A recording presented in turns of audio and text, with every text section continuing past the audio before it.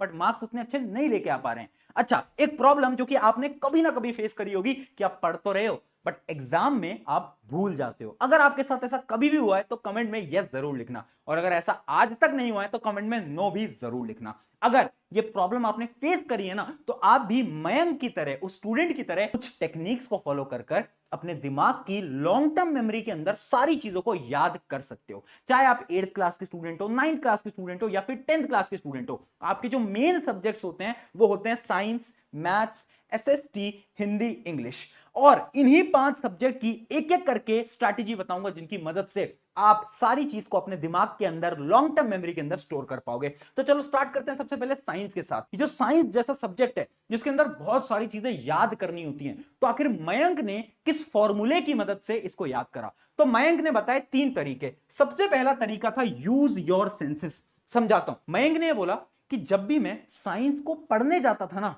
तो नेहा क्या कर रही है? नेहा तो सिर्फ और सिर्फ रीडिंग कर रही है, जबकि मयंक अपने सेंसेस का इस्तेमाल करता था। यानी मयंक एक रफ कॉपी को साइड में लेकर बैठता था। जब भी वो कुछ भी पढ़ रहा है और उसे ऐसा लग रहा है कि कोई चीज इंपॉर्टेंट है, तो अपनी रफ नोटबुक में नोट करता रहता था। इससे क्या होता था ना, साइंस के अकॉर्डिंग जब आप ज्यादा चीजों को नोट करते हो तो आपके सेंसेस यूज हो रहे हैं, यानी आपका हाथ मूव हो रहा है, जिसकी वजह से जो भी आप पढ़ रहे हो ना उसकी तरफ आपका अटेंशन 100% होगा और आपके दिमाग की लॉन्ग टर्म मेमोरी के अंदर सारी चीजें स्टोर हो जाएंगी। यानी वो जो आपकी प्रॉब्लम है ना कि पढ़ते पढ़ते डिस्ट्रैक्टेड हो जाते हो, वो प्रॉब्लम भी खत्म हो जाएगी। अब अगली चीज देखते हैं। अगली चीज जो बताई मयंक ने वो थी क्वेश्चन मेकिंग स्ट्रैटेजी।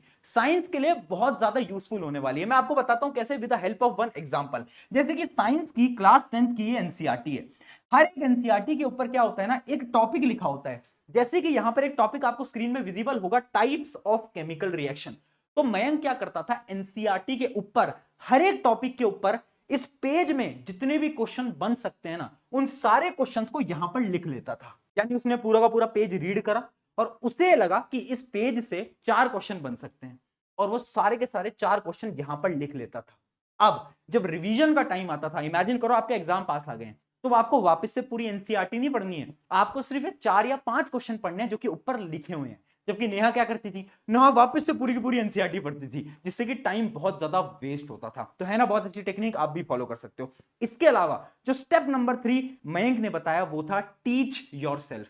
यानी जब भी आपको किसी चीज को याद करना है ना, तो खुद को पढ़ाना स्टार्ट कर दो।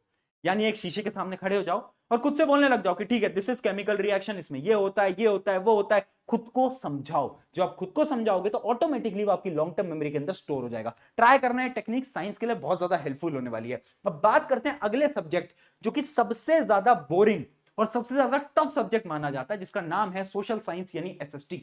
तो मैं इनसे पूछा, यार तू एसएसटी के लिए क्या करता था?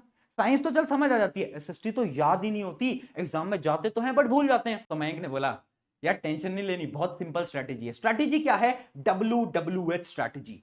WWH इसका क्या मतलब है, समझना बहुत ध्यान से। एक W का मतलब है व्हाट, दूसरे W का मतलब है व्हाई, और लास्ट H का मतलब है हाउ। ये जो WWH स्ट्रैटेजी है ना, इसको मैं समझाता हूं एक एग्जांपल की मदद से। समझना, जैसे कि ये आपकी एसएसटी की एनसीईआरटी है, उसके ऊपर एक टॉपिक लिखा हुआ है जैसे कि द फर्स्ट वर्ल्ड वॉर। तो जब भी एक टॉपिक होता है ना, उस टॉपिक को पढ़ने के बाद आपको खुद से 3 सवाल पूछने हैं। पहला सवाल W यानी व्हाट, यानी what is first world war या फिर व्हाट इज खिलाफत एंड ऑल, ये आपको पहला सवाल पूछना है, व्हाट। दूसरा सवाल आपको पूछना है व्हाई। जैसे कि इमेजिन करो एक टॉपिक है फ्रेंच रेवोल्यूशन, आप खुद से पूछोगे what is French revolution, why मतलब फ्रेंच रेवोल्यूशन क्यों हुआ था, एंड हाउ कैसे हुआ था। और ये 3 सवाल के आंसर आपको एनसीईआरटी में यहीं पर ही लिख लेने हैं। इससे क्या होता है, आपको उस टॉपिक की सारी नॉलेज मिल चुकी है। अब ना आपको बार बार एनसीईआरटी रीड नहीं करनी है, बार बार नोट्स रीड नहीं करने हैं। जो भी टॉपिक है आपको खुद से 3 सवाल पूछने हैं। WWH अगर आपने फॉलो करा तो एसएसटी की जो जितनी बड़ी प्रॉब्लम है ना, ये सारी प्रॉब्लम खत्म हो जाएगी। इसके अलावा मयंक ने एक और टेक्निक बताई जो कि है story format for history. History जैसे जो सब्जेक्ट होते हैं जिसके अंदर बहुत बड़े बड़े चैप्टर होते हैं, तो आपको हमेशा याद रखना है कहानी की मदद से। मैं खुद अपनी क्लास 10th के अंदर, क्लास 9th के अंदर हिस्ट्री को ना बहुत प्यारे तरीके से याद करता था। यानी मैं ना स्टोरी बनाया करता था कि अच्छा ये हुआ था, इसके बाद ये हुआ था, फिर ये हुआ था। तो जो स्टोरी है ना, मैं उस तरीके से याद करता था, उससे ना बहुत लॉन्ग टर्म मेमोरी के अंदर आराम से स्टोर हो पाता है। और थर्ड जो बताया वो तो सबसे ब्रिलियंट स्टेप था, जिसका नाम है कीवर्ड स्ट्रैटेजी। देखो मुझे पता है ज्योग्राफी जैसे सब्जेक्ट में बहुत सारी चीजें याद करने की जो कि तुम्हें प्रॉब्लम आ रही है, सिमिलरली इकोनॉमिक्स में भी आपको बहुत सारी प्रॉब्लम आती होगी। तो सोल्यूशन क्या है? सोल्यूशन बहुत सिंपल सा है, keyword strategy. With the help of example बताता हूं। जब भी कोई क्वेश्चन आता है ना, तो उस क्वेश्चन का आंसर आपको रटना नहीं है, पूरा आंसर लाइन टू लाइन नहीं रटना होता। इतनी मेमोरी कैसे होगी भाई तुम्हारी, अगर तुम ये सोच रहे हो इतने सारे क्वेश्चंस हैं, सबके आंसर तुम रट लोगे ना, तो तुम मूर्ख हो। तो ये मूर्खता तुम्हें बिल्कुल नहीं करनी है। तुम्हें ना, जैसे मान लो क्वेश्चन है, how did Belgium government accommodate social differences, तो इसका जो आंसर होगा ना, वो आपको पॉइंटर की फॉर्म में याद रखना है और कीवर्ड की फॉर्म में याद रखना है, यानी डिटेल में याद नहीं करना है, आपको कीवर्ड उठाने हैं। जैसे कि देखो, पहला कीवर्ड क्या है? Equal representation. अब आपको पूरी लाइन रटने की जरूरत नहीं है। दूसरा आ गया आपका फेडरल स्ट्रक्चर, तो कीवर्ड रखना है बस आपको। बाकी ये जो लाइन है ना, बस आप इसको रीड करो, वो तो आप खुद ब खुद अपनी इंग्लिश में बना सकते हो, वो आपको याद करने की जरूरत नहीं है वर्ड टू वर्ड। तो बस आप अगर कीवर्ड समझ लोगे ना, किसी भी आंसर के अगर आप कीवर्ड याद कर लोगे कि अच्छा अगर 3 नंबर में क्वेश्चन पूछा जाएगा तो मुझे इसके 3 कीवर्ड याद है, ये, अब उस पर आप आंसर खुद से बना के आओगे, मैं गारंटी से बोल रहा हूं, चाहे स्कूल एग्जाम हो चाहे बोर्ड एग्जाम हो, 1 नंबर नहीं कटता। मैं खुद ऐसे ही करता था और मेरे भी नंबर नहीं कटते थे। तो आप भी इसको फॉलो करना, कीवर्ड स्ट्रैटेजी बहुत ज्यादा हेल्पफुल होने वाली है, एसएसटी के लिए तो खासकर बेस्ट तरीका है। चलिए आगे बढ़ते हैं, मैथमेटिक्स। अब मयंक से पूछा गया, यार तेरे ना मैथ्स में बहुत मार्क्स आए हैं, तो मैथ्स के लिए कुछ तो सीक्रेट तरीका होगा, तूने कुछ तो ऐसा फॉलो करा होगा जिससे कि तेरे इतने अच्छे मार्क्स आए। मयंक ने बोला, मैथ्स के लिए सिर्फ एक रामबाण है, क्या? वो है टाइमली प्रैक्टिस।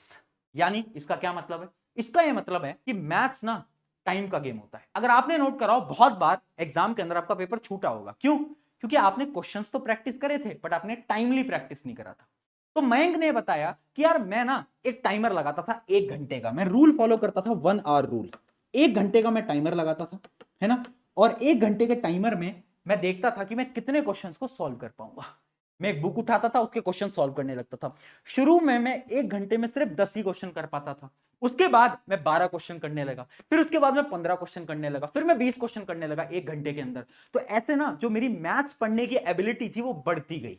तो जो टाइमर मेथड है ना, ये बहुत ज्यादा इंपॉर्टेंट है। इसके अलावा एक और तरीका है जिसका नाम है ट्रेन योर ब्रेन। हमने पूछा ट्रेन योर ब्रेन, मयंक ये क्या होता है? मयंक ने बोला, देखो मैथ्स का नाम सुनते ही ना 80% बच्चों को डर लगता है, और यहीं पर ही 80% बच्चे अपनी जंग हार जाते हैं। मैथ्स ये तो बहुत टफ है।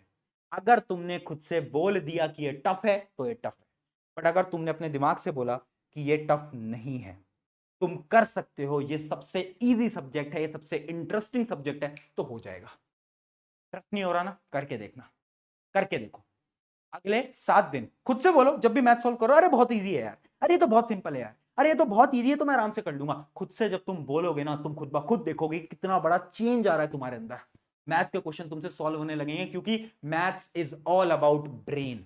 अगर तुम्हारा दिमाग तुमसे बोल रहा है नहीं हो पाएगा, नहीं हो पाएगा, बट अगर तुम्हारा दिमाग तुमसे बोल रहा है होगा, तो क्वेश्चन हो जाएगा। आगे बढ़ते हैं, Hindi and English. Hindi and English को याद करने की बहुत सिंपल स्ट्रैटेजी है, जो कि मयंक और मयंक जैसे बहुत सारे बच्चे ऑलरेडी फॉलो करते हैं। उस स्ट्रैटेजी का मतलब क्या है? उस स्ट्रैटेजी को हम बोलते हैं विजुअलाइजेशन। देखो हिंदी इंग्लिश जब हम पढ़ने जाते हैं ना, तो बड़ा टफ लगता है यार, समझ ही नहीं आ पाता, पर जो कहानियां होती हैं अगर मैं उनको विजुअलाइज करूं यानी इमेजिन करूं, तो याद हो जाता है। तो आपको क्या करना है, जब भी आप हिंदी इंग्लिश पढ़ने जा रहे हो ना, यूट्यूब पे जाओ, स्टोरी देखो, पूरी की पूरी स्टोरी समझ लो कि अच्छा इस कहानी के अंदर ऐसा ऐसा ऐसा ऐसा हुआ था, इस पोएम के अंदर ऐसा ऐसा ऐसा हुआ था।